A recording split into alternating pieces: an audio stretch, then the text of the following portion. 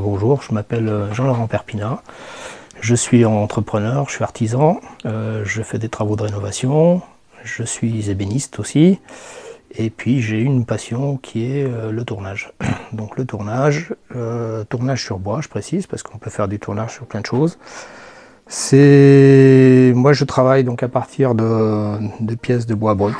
Donc comme ici, là c'est un tronc, une essence. C'est pas toujours les essences. Bon, ça après c'est.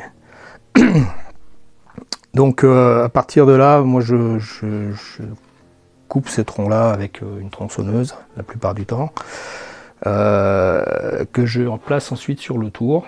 Et donc je fais des pièces tournées dans lesquelles je réutilise, enfin je mets en avant les valeurs du bois. J'aime bien les pièces qui ont leur écorce. Et donc on fait plein d'objets intéressants en mettant en valeur le bois. Voilà. Je vais exposer ce dimanche 14 mai à Châtillon, à la salle des fêtes, à l'extérieur, dans le cadre de la fête médiévale qu'organise la Licorne et Farandole. Donc j'aurai un stand où je présenterai quelques-unes de mes réalisations. Donc vous en voyez une ici en cours, qui n'est pas achevée encore, qui démarre en fait de cette partie-là.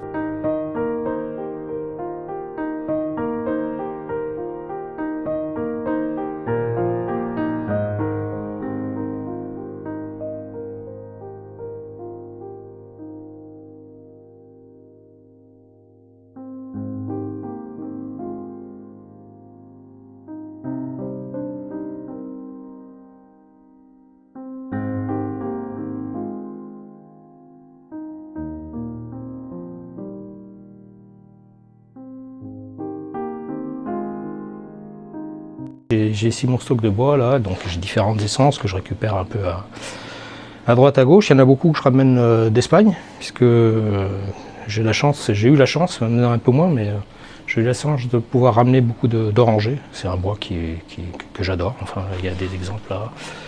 Il y en a là aussi. Enfin, il y en a plein dessous en fait. Celui-là, c'est d'oranger.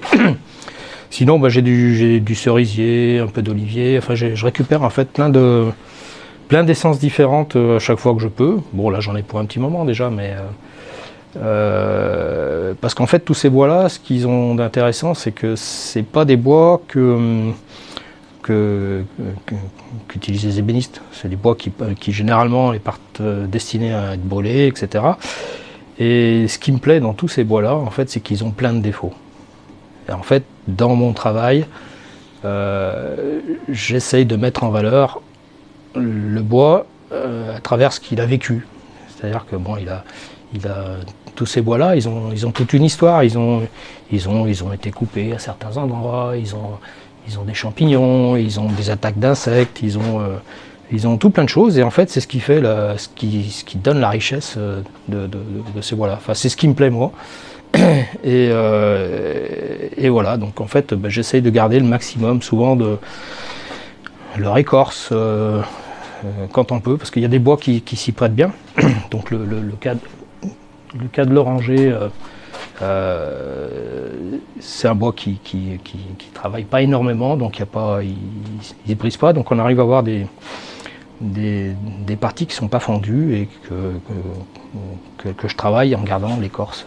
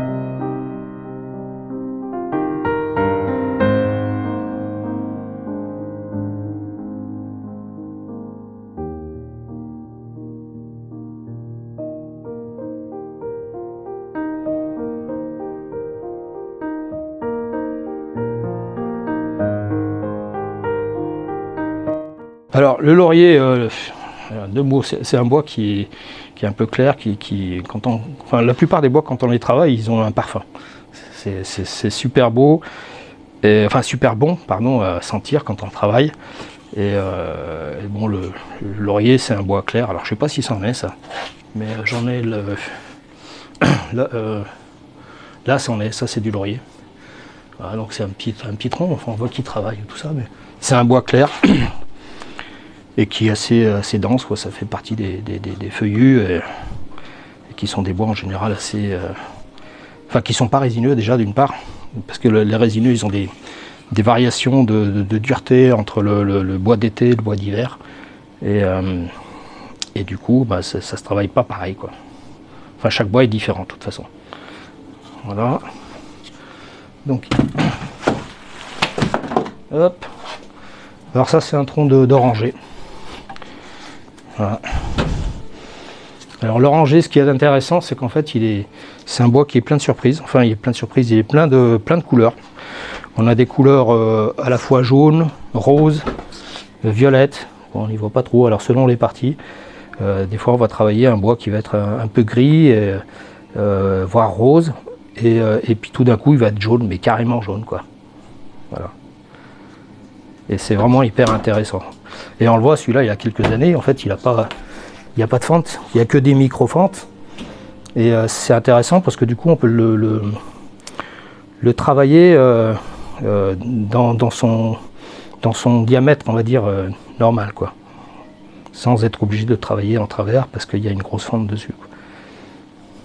Et on peut garder, dans ce cas-là, on arrive à garder la plupart du temps l'écorce, que j'aime bien garder, quoi. Voilà, donc un peu, ça c'est la matière brute. La matière brute. Alors, après il y a des morceaux plus gros, c'est un tronc de cerisier. Voilà, cette partie-là, ça aussi, j'en ai encore. Non, dessous, ça n'en est pas. Alors ce tronc-là, je l'avais pris au départ pour faire du tournage. Et puis j'avais une autre pièce et j'en ai fait une table du coup.